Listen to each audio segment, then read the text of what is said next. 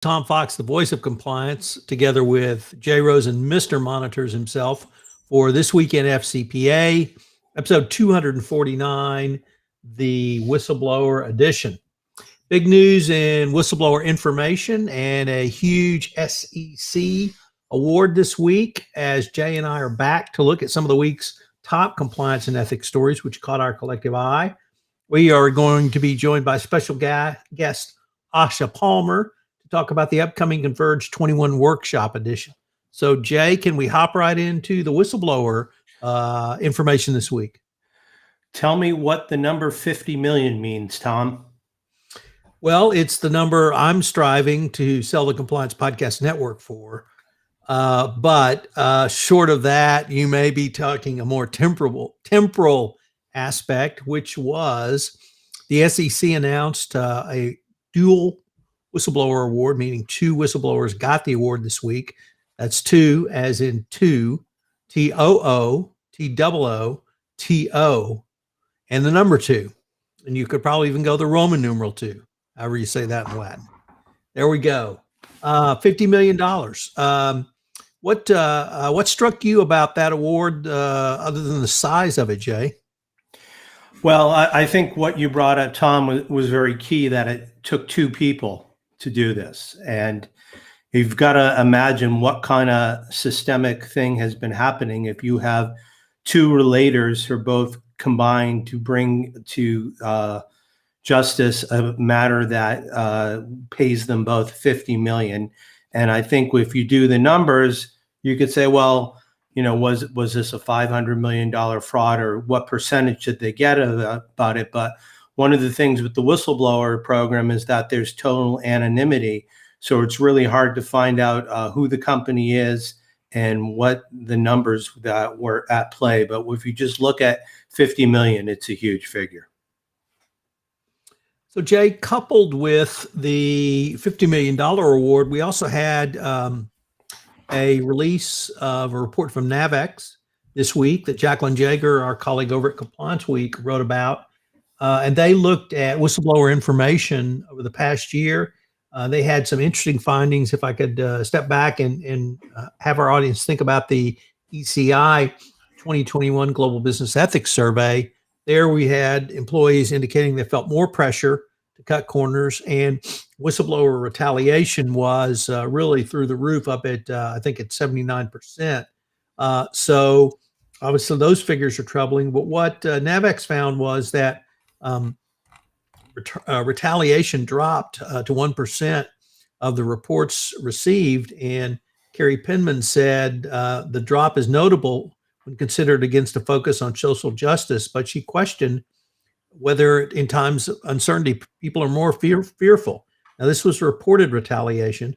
So Carrie suggested, Carrie's the EVP at NAVEX and also their chief compliance officer, this is a good time to take a look at your retaliation prevention programs, training on the issues of retaliation and helping managers and supervisors recognize retaliation. Also, Jay, earlier today, I was a part of the ECI 21 Impact Conference, where I moderated a panel which discussed whistleblowers, whistleblower information, whistleblower legal issues. We had Greg Keating from the legal perspective, and we had Dr. Kyle Welch, who, of course, is well known for his academic research into whistleblowers and reporting systems, and Pat Harned, president of ECI. And they talked about not only the retaliation, but the damage from retaliation. I think that's probably well known. And more importantly, Greg had some really good thoughts on how to train for and help to prevent retaliation. And he thinks it's really the frontline managers, and that he advocates significant training for the frontline managers on not simply how to accept a report, but where to go to the report, or where to send the report to, and how to support the whistleblower. And then he also added there should be incentivization for frontline supervisors by the number of reports they bring in, and more importantly, the number of reports they pass up the line. And your culture needs to emphasize that you honor and support people who step up. And this includes either bystanders or secondary reports as well. So if someone reports they saw something that happened to somebody else, that is significant information as well. So lots of great information about whistleblowers this week, the NAVEX report, the ECI panel, the whistleblower award. And Jay, I think it's fair to say that this is going to be a big impetus of the federal government going forward. Greg Keating gave the figure earlier today that the SEC has awarded over $1.1 billion now in whistleblower awards. It ain't going away, and it's only going to increase. The AML law of 2020 had an expanded whistleblower section for shell companies and reporting anonymous corporations to OFAC and the Department of Treasury. There's several other, there's an antitrust whistleblower program, of course, the SEC whistleblower program. And what Kyle Welch emphasized was this is information. This is information your company needs because it may be that you have engaged in a violation. It may be a legal violation. It may be a violation of your own internal policies and procedures, but it's something that every company needs to try to garner. And he was quite stark. Look, if a reporter tries to report and 90% try to report internally and they're turned away, they can go to the government. And the government's eager to access that information. There's an entire plaintiff's whistleblower bar set up to process whistleblower claims from the legal perspective, and that this could really hurt a company down the road. So lots of interesting information. And I think, Jay, everyone understands when you say don't retaliate, but certainly from the information from NAVEX, ECI, and then the panel we saw earlier today, that there's specific steps you can take. So I'm very hopeful in this area. So Tom, even though it's only April 22nd and we are on the whistleblower edition for episode 249, should we be so bold to say that 2021 may be the year of the whistleblower? It could well be, Jay. All right. Well, I'm going to use that to jump into the first story we have this week. And we're going to, hang on while I vamp for a second. We're going to an article that comes to us from the Harvard Law School Forum on Corporate Governance. It's written by Paul Washington and Rebecca Ray. And the question they ask is how boards can get human capital management right in 5 not so easy steps. At the outset of the pandemic, employees were top priority of boards, second only to continued liquidity. Now that the SEC's new disclosures rules on human capital management could further reinforce the focus of workers, at least temporarily. Boards can ensure that companies satisfy the new SEC reporting requirements, but return to the traditional approach of providing general, or they can view recent events as a catalyst to make the workforce a sustained strategic focus of the board. Boards are struggling with how deeply to be involved with human capital management. Can they achieve the appropriate level of board engagement and disclosure on HCM, focusing on strategy and key drivers rather than day-to-day activity? They will not only drive long-term value, but they can also provide a template for how boards can tackle ESG areas going forward. The authors share 5 practical steps to help boards make HCM a strategic business advantage, and it's based on a recent report by the Conference Board called Brave New World, Creating Long-Term Value Through Human Capital Management and Disclosure. So here are 5 ways to get HCM right. Number 1, develop a human capital strategy linked to your business strategy. Adopt a more strategic approach to HCM, which requires, no surprise, a strategy. Boards should ask management to develop a strategy that sets forth a plan for taking the company from the workforce it currently has to say what it will need in 5 years' time. 2, clarify, codify, and coordinate your board's role. Boards should also work with management to clearly define their role with respect to HCM. 3, confirm that the board has the right information it needs. Companies have an abundance of HCM data at their proposal. The key is working with management to figure out what matters. 4, ensure what boards have correct composition and resources. In recent years, boards have sought to expand their own capabilities through attracting directors with expertise in areas such as technology and finance. At the same time, when evaluating a board's makeup, a company should consider adding human capital management expertise. And 5, double down on the company's story to ensure it is communicated consistently and effectively. One of the most daunting challenges is determining what HCM information should be provided to multiple stakeholders. Some people see the new SEC rule on HCM disclosures as a harbinger of additional mandatory ESG disclosures and associated board responsibilities to come. Here are some final thoughts. Don't rush it. No matter how well-informed or well-meaning you are, boards will inevitably have less comprehensive and nuanced information than management. 2, ESG disclosures and financial statements are just a small part of the overall picture. Indeed, they're just a part of the disclosure tail, and it shouldn't wag the business dog. Next, companies' disclosures should evolve, placing the appropriate emphasis on non-ESG topics such as human capital requires a lot of work by the board.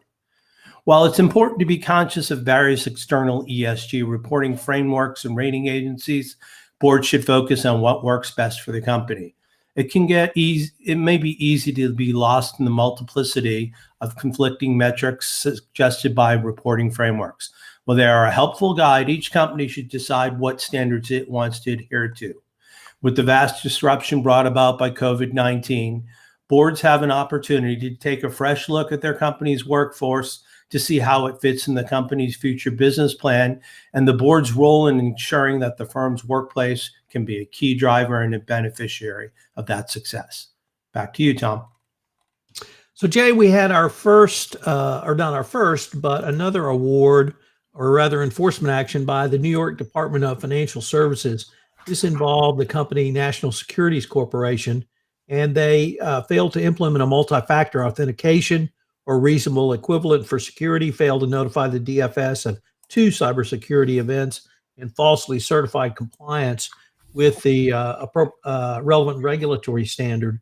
So the DFS is really leading the enforcement effort around data protection in the United States, but since we have no national law.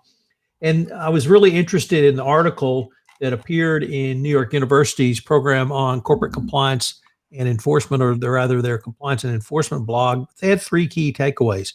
One, that you need both 2-factor authentication for certain gatekeepers or equivalent approved by a CISO, a CISO.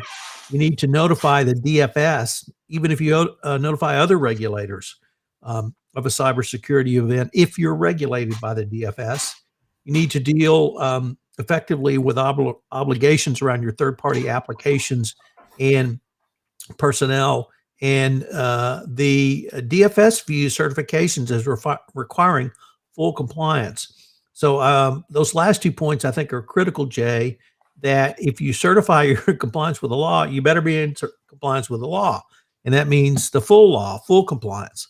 But also your obligations around third-party applications and personnel that many companies will claim they don't have visibility that far in, but the DFS says that you have to have that visibility going forward. Great. Next up, Tom, we've got something from Corporate Compliance Insights. This comes from a good friend of the podcast, Jim Deloach.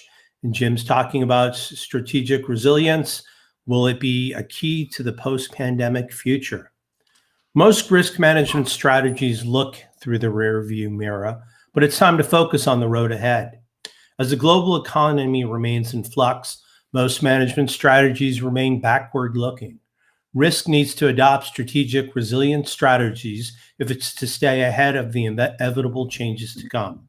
Strategic resilience is likely at the root of the director's concern due to 3 issues. First, there is the uncertainty around the pandemic and its impact on market behavior. Second, there's the current and post-pandemic competitive environment and shared pace of change, and the digital economy. And third, most performance metrics are retrospective in nature, recording history as it occurs and focusing on the question of how are we doing instead of the question Jim says we should be asking, where are we going and can we get there? So how do you adopt strategic resilient practices? When linked to critical assumptions relating to external market factors and key risks relevant to the strategy, lead metrics offer an early warning of market opportunities, as well as an increased or emerging risk warranting immediate attention in the C-suite and boardroom. To illustrate, an organization with multiple operating units sees selected strategic documents and business plans to develop a profile of the critical risks around key initiatives. Many an organization's most critical risks are driven, at least in part, by the digital economy. After confirming the risk profile with the executive team, conceptual alternatives for reporting on strategic executions are evaluated and an approach selected that address several objectives. 1, provide transparency into strategic execution risks. 2, augment quarterly strategic reviews to enable timely action to address risks to achievement of strategic goals and to keep the company on track with strategic milestones. Next, identify signs of stress on the business. And finally, supplement the CEO's periodic strategy updates and discussions with the board. Based on the strategic risk profile, potential metrics are now identified with an emphasis on lead metrics, not intended to replace the lag performance metrics currently in place, but lead metrics are focused on trends and warning signs that the business model may be under threat from. The metrics and underlying thresholds are used to develop indices for various risk categories to trend quarterly for use in communicating with the executive team. Trending reports should answer 3 questions. Are we riskier this quarter than we were last quarter? Are we entering a riskier time in delivering our strategy? And if so, why? Questions for the executive team and boards. Here's 3 final questions for senior executive and boards of directors to consider based on risks inherent in company operations. First, are we assessing the company's execution of strategy in a comprehensive manner with a forward-looking discipline linked to critical strategic assumptions and risks? Second, are these capabilities working effectively to inform strategic decision-making? Is management setting the tone for strategic resilience through actions and words? And in conclusion, would we characterize the company's decision-making processes as high velocity, high quality? Does the process keep things simple, flatten the organization, and emphasize taking the appropriate risks, failing fast, and listening to feedback? Back to you, Tom. So Jay, next up is an interesting article that I came across in the MIT Sloan Management Review. And one of the things that we learned from the ECI 2021 Global Business Ethics Survey was that employees felt greater pressure to cut corners. Well, this Sloan article asked the question of what are the costs of unethical requests. And they put together some, set up some experiments, and it turns out that their actual business cost. This is, of course, separate and apart from any legal or regulatory cost, which we typically focus on. Certainly in our section on whistleblowers, that was the focus.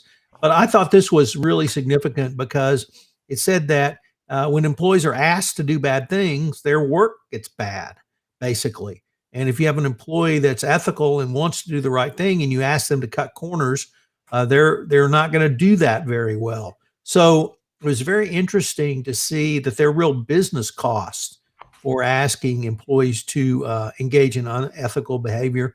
And certainly when you pair that with the data from the ECI 2021 Global Business Ethics Survey and the remarks this morning from Greg Keating, Pat Harned, and Dr. Cal Welch, you see that there are real costs to asking employees to cut corners. And even if it's just a hint, the article is very clear that it can be very subtle. It doesn't have to be a direct order. If you just sort of say, well, no one rid me of this meddlesome priest thing, things can get bad. So very interesting, and I thought very significant for every compliance practitioner. So next up, Tom, you entitled this "To Russia with Love" from a friend of the podcast, Mike Volkov, on the U.S. ramping up sanctions for Russia. We also, for a deeper dive, you can check out this week's episode of Embargoed on the Compliance Podcast Network. And I think I just said this comes from Mike's own blog, Corruption, Crime, and Compliance. Biden administration ratchets up Russian sanctions. The Biden administration announced new and significant trade sanctions against Russia. The action was long expected, given the Biden administration's criticism of Russia, and was a comprehensive response to the country's interference in the 2020 U.S. election, its SolarWinds cyber attack, and its ongoing occupation of Crimea and threatening addition of troops along the Ukraine border. President Biden issued a new executive order targeting the harmful foreign activities of the Russian government, authorizing a broad range of sanctions. Authorities in response to the Russian activities designed to undermine free and fair democratic elections, to engage in and facilitate malicious cyber activities against the United States, use transnational corruption to influence foreign governments, pursue extraterritorial activities targeting dissidents and journalists, and violate well-established principles of international law. The White House also took steps to expel 10 Russian diplomats in D.C., including Russian intelligence representatives, for their roles in the cyber hack and election meddling. President Biden spoke to Russian President Vladimir Putin to preview the actions. Not to be left out, the Treasury Department issued special sanctions under new executive authority. These new sanctions bar U.S. financial institutions from participating in the primary market for bonds issued by Russia's central bank and other financial institutions.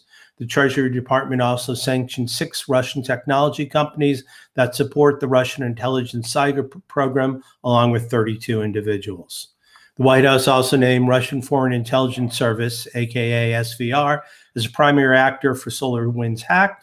They sanctioned individuals including Alexei Gromov, first deputy chief of staff, who was previously designated under an executive order, and the Treasury Department adopted further sanctions against Yevgeny Prigozhin, a Russian financier.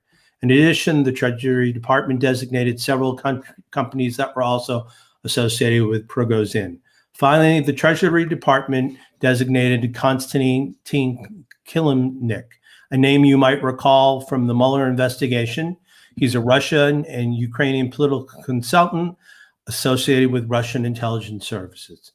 So it's a pretty big rebuke of Russia and what they've been doing to us for the last 4 years. Back to you, Tom. So, Jay, you may remember the ComEd imbroglio involving the Speaker of the House of the state of Illinois, multi-million-dollar bribes paid, ComEd seriously damaged both legally and reputationally. And this article comes to us from Vincent Wu in the Global Anti-Corruption blog, and he takes a look at really the bribe receiver side of this, and the Speaker of the House of Illinois, and how he used tactics and strategies that he had successfully employed as Speaker, where the maxim absolute power corrupts absolutely, to really browbeat ComEd once he had them on the hook and they'd paid a bribe. He knew now the question was not if, but just how much more. And he was able to place his cronies on the ComEd board so that effectively he criminalized or definitely negatively impacted the board of ComEd. And it's a great lesson for the compliance practitioner, Jay, because, of course, this happened inside the United States. And most of our colleagues typically think about outside the United States, which is the focus of the Foreign Corrupt Practices Act. But it reemphasized the need, along with First Energy and its sister state of Ohio, that you have to have robust compliance inside the United States and in all your business action. So a good reminder of ComEd and some really interesting analysis by Vincent Wu of the overlap of how political power not simply corrupts, but how it actually can corrupt businesses as well. Thanks, Tom. Next up, we've got part 2 that's coming to us from Notre Dame's Deloitte Center for Ethical Leadership. Brett Beasley's writing here, and he's talking about stories to make your values stick. When it comes to building character in ethical cultures, stories aren't entertainment, they're essential. How would you describe your organization and your leadership? You might use terms like data-driven or results-driven, but what about story-driven? If not, you may be missing out on some potential benefits to yourself and your team. Research suggests that when it comes to the important task of instilling and living values, stories should be the centerpiece of your strategy. Organizations struggle to build and maintain an organizational culture that puts ethics first. Culture is one of those areas where you never declare victory. After all, an organization's culture depends on its people. As employees leave an organization and new hires come aboard, there's a constant need to instill a clear sense of how we do things around here. Recent research suggests that stories are a uniquely powerful way to integrate ethics into the onboarding process. Stories are featured one of two types of characters, either leaders in the organization or low-level employees. Additionally, there are two types of plots. The character either upheld or violated the organization's values, or researchers were able to follow employees from each group over time. Gathered data on the employees' subsequent helping behaviors and unethical actions were used to determine if the stories had any tangible effects. The findings were simple. Stories about values are incredibly valuable. The use of stories had a tremendous impact that showed up in employees' behavior. Researchers discovered that some stories about values are more valuable than others. Stories about leaders doing the right thing help new hires learn the value of that an organization espouses. But the stories that seemed to have more effect were low-level employees who played a bigger role in shaping new hires and actual behaviors. This was largely because new hires identify with lower-level employees more like them than with executives. Let's look at stories and character. It's not just culture. Research also suggests that stories are indispensable for shaping individual characters. Many scholars now insist we should understand our moral lives in terms of a story or a narrative. One of the first and most influential scholars to make this claim was Notre Dame moral philosopher Alasdair MacIntyre. In his 1981 study, MacIntyre claimed that a human being is essentially a storytelling animal. To live a moral life, he argued, we have to think about our life as a whole and thinking of it as a constantly evolving story. To test his claims, Dan McAdams in Northwestern had collected thousands of life stories about people who live what psychologists called a generative rather than stagnant lives. And in fact, they tend to see their lives as a particular kind of story, not just a series of loosely connected episodes. Here are 5 themes that are consistent. 1, they experienced some early advantage in life that made them want to help the less fortunate. 2, they developed sensitivity to oppression, inequality, or other forms of suffering. 3, they were given a strong moral framework. 4, they experienced negative events and thought to transform them into positive ones. And 5, they aimed to improve others' lives. So now how do we put this in practice? Just don't state values, but share stories. First, be strategic about storytelling. Not every moment in the life of an organization calls for a story. Second, know your story and tell it. To build a story-driven organization, start by becoming story-driven yourself. Everyone likes a leader who can tell a good story, to inject life into a meeting, or provide a clear, colorful example. But research shows that stories are valuable for much more than entertainment and clarification, especially stories about values. The road to moral character and an ethical culture runs through the imagination, and stories may be the most powerful vehicle we have for traveling it. Please join us next week when we check in for the final installment, which will explore practical ways we can cultivate our moral imagination. Tom? So Jay, next up, we have a really interesting piece from Risk and Compliance Europe, and they talk about the role of complexity in compliance. And when I saw the title of the article, I thought it was going to be similar to the Johnson Controls FCPA enforcement action from a few years back, where the accounting in the Chinese business unit was so convoluted that the company couldn't figure out what they were doing. And my response was, if your internal auditors can't figure out what a business unit is doing on in their financial records, you need to shut down that business unit. But that's not the focus of this article. The focus on this article is about data and technology. And the authors really posit that the more complex you make data and the more complex you make data analysis, you have the situation where basically employees will check out. and they will sit back and say, well, it was the process. It wasn't me. And this, I think, is a really important point that people, and particularly data scientists, are talking about bias in your data. But here, it's what happens when you have digitalization. And if you have advanced digitalization, are employees going to really lose contact with that human touch with their stakeholders? And I really thought that was interesting because certainly in the financial sector, there's many fintech products and solutions, but the authors caution that this may lead to what they call moral distancing and moral regression, as complexity tends to blur our sense of responsibility. When you say, well, it's the system, it's the procedure, it's AI, it's something else, and that we need to be cognizant of that. And we often talk about, well, I mean, I've never gotten the memo that Skynet's become self-aware. Perhaps you have in Southern California, but there's always got to be the human touch, and there's always got to be a human interface to oversee the data. But this really points to the need for the human touch so that the humans involved don't rely too much on the AI and have this moral distancing and moral regression. Thanks, Tom. We're going to close up the story section with asking, can the government make us more ethical? Jeff Kaplan explores in his own conflict of interest blog. In Preferences, Change, and Behavioral Ethics, Can States Create Ethical People?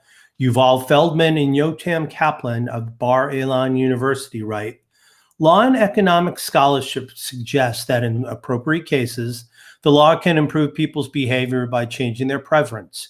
For instance, the law can curb discriminatory hiring practices by providing employers with information that may change their preference towards discriminatory hiring. Supposedly, if employers no longer prefer one class of employee to another, they will simply stop discriminating with no need for future legal intervention. The current paper adds some depth to this familiar analysis by introducing the insights of behavioral ethics into the law and economics literature on preference change. Behavioral ethics research shows that wrongdoing often originates with semi-deliberative or non-deliberative cognitive processes. These findings suggest that the process of preference change through the use of law is markedly more complicated and nuanced. They further write, organizations such as schools and workplace can be more effective than law in the state in inducing ethical awareness and changing implicit attitudes. Such organizations offer intense social frameworks in which people spend a significant amount of time in close proximity to guiding rules and supervisory authorities. Such organizations are also allowed to engage in practices of habit formation that we might not tolerate when it comes to the government. This means the law can change ethical preferences more effectively, not by trying to engage with people's awareness directly, but by creating requirements that will change relevant organizations and incentivize those organizations in turn to engage directly with people's preferences and awareness. Indeed, with the promulgation of detailed compliance program evaluation standards over the last year by the Department of Justice, we see what is probably a more compelling use than ever before of sanctions to promote businesses to take the type of intense engagements described above. It's important to consider, as the authors have, how ethical forces in one sphere of activity can impact the ethicality of others. Finally, in considering government's roles in promoting ethical thought and deed, it's worth recalling that Justice Louis Brandeis once said, "Our government is the omnipresent teacher. For good or for ill, it teaches the whole people by example." While Brandeis was speaking about violations of the law, the point seems just as applicable to ethics. Back to you, Tom. So, Jay, next up, we have Asha Palmer. Asha is EVP at Conversant, and she heads the Converge conferences, and she is here to talk to us about Converge 21, the workshop edition. So, Asha, first of all, welcome, and thanks so much for taking the time to visit with us. Yeah, thank you, Tom and Jay. It's great to be here. So, Asha, Conversant is doing something new this year. They're having a workshop edition, So could you tell us what the genesis of that was and how this will be different really than any other conference you or I or others of our listeners have attended? Yeah, thanks, Tom. After our Converge 20 last year, we left with a lot of energy and a lot of ideas. But what was the next step? What could we do to effectuate and to, get moving on the great ideas and concepts that we talked about during this wonderful conference? And we listened to the feedback of people who were there who said, I love everything that you talked about, but tell me how to do it. Tell me, how can I apply that to my program? Behavioral science, we've been talking about it for probably 5 to 10 years now, right? How can I tangibly apply that to my program and to move the ethics movement forward? So that's what the workshop edition is. It's about doing the work necessary to move the ethics movement forward. And we're going to do that work together. And it's always much more fun to do work with friends. Well, Asha, I know you've been intimately involved in putting the program together. Are there maybe one or two, I would say all your children are your favorite, but are there maybe one or two that you're really looking forward to? I'm not going to pick, right? The same answer as if you asked me what my favorite child was, right? They're all so different.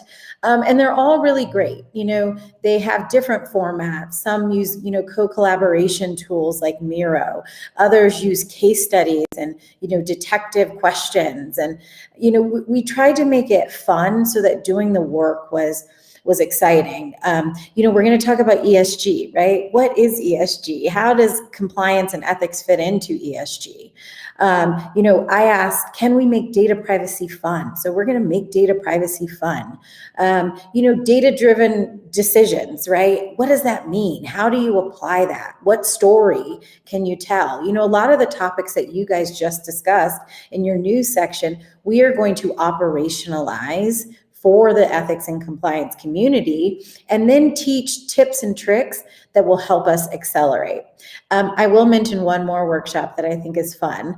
You see the key theme being fun, because I do believe that the work that we do in ethics and compliance is fun. We're going to think like a marketer. What makes us buy those late night, t-shirts on the internet or otherwise that we don't actually need, right? Marketers know how to get in the hearts and minds of people. We in ethics and compliance want to operationalize that as well for the key information that we, give to our constituents that we really need to protect ourselves, our business, and our world. Well, Asha, we're going to link to the registration and information to Converge 21 Workshop Edition in our show notes, but I was wondering if anyone's listening and just would like to go now, could you tell them where they could go for information and registration? Of course I can. It is it's conversant.com/converge. So conversant.com/converge. And did we mention that it's free? Completely free to practitioners. These 2-hour deep dives you'll walk away with tangible things you can apply to your program, and all for free. Well, I, for one, am greatly looking forward to it. I'm on a couple of panels and I've really enjoyed writing up the exercises and other information. And I look forward to hearing your thoughts as well, Asha. And thank you very much for taking the time to visit with us. Thank you for having me. See you at Converge. See you then. Thank you. All right, Jay, we are now on to podcasts and events. So, okay, go ahead. No, go ahead. Podcasts and events. One of the most fun podcasts I'm doing over this next week will be my final one is The Falcon and the Winter Soldier. I have to stop myself every time because I'll date myself by saying I think of the Falcon and the Snowman movie. So the Falcon and Snowman, currently streaming on Disney Plus. Megan Doherty, a co-founder at One Stone Creative, and I are doing a podcast series. We just posted episode 5 this week, which was Truth. Friday night, episode 6, the ultimate final episode drops. So we'll be podcasting on that next week. On the Compliance Life, Jay, as you know, this month I'm visiting with Jonathan Kellerman on his journey to the CCO chair. And in episode 3, he talked about getting into the chair, moving from a consultant's role in what he called was an offer he couldn't refuse sort of situation. So I know you and your colleagues at Affiliated Monitors hosted part 2 of a great 2-part series. Could you tell us a little bit about that? Sure, I can definitely give you the highlights, Tom. Don Stern and Eric Feldman, who are 2 of our managing directors, continued part 2 of a podcast with our special guest host, Rod Rosenstein, the former Deputy Attorney General, and he's currently a partner at King & Spalding. The first part of the podcast, which dropped 2 weeks ago, was the past, the present, and the future of compliance. And now we take up the other side of the coin and we look at the past, present, and future of monitoring. And as always in our podcast, Rod and Eric will continue and will conclude with key takeaways at the end of the podcast. Next up, Tom, you've given the Converge information already, but just in case you're going through the show notes, there's a link right there to click and sign up. And Asha did say it's free, so there's really no excuse for you not to go. Corporate Compliance Insights releases a new ebook, the FCPA Year in Review, by our own compliance evangelist, Tom Fox. Again, in the show notes, we have a link and you can get a copy of the book right here. And that is also available at the incredible price of free. Tom, we've got one thing that does cost some money. Can you tell us about the Compliance Handbook 2nd edition? Sure. Compliance Handbook 2nd edition is available on pre-sale with a discount from its publisher, LexisNexis. I've linked to it in the show notes. You can use Fox25 to get a 25% discount. It is humbly, I would suggest and submit the single best one-author volume on compliance programs, how to design, create, and implement a best practices compliance programs, literally from A to Z. So check out the Compliance Handbook 2nd edition. Jay, if I could add to the information about Converge 21, the workshop edition, that'll be held May 5th and 6th. There will be both a Europe and US component. So if you're an insomniac and get up at 4 a.m., not naming any names of the 2 of us, but and you want to participate, you can do so, once again, at no charge. If you're like Mr. Monitors himself, who tends to not be an insomniac, at least early in the morning, maybe late at night, you can check out the U.S. Edition of it. So, Jay, you want to take us home? Definitely. On behalf of Tom Fox, the voice of compliance, who can be reached at tfoxlaw.com, and myself, Jay Rosen, aka Mr. Monitor, you can reach me at the initial J Rosen at affiliatedmonitors.com. And we'd like to thank you for joining us for this week in FCPA episode 249 for the week ending April 23rd, 2021, the Whistleblower Edition. We hope you and yours are safe, that you have a great weekend, and we look forward to seeing you next week when we speak about this week in FCPA.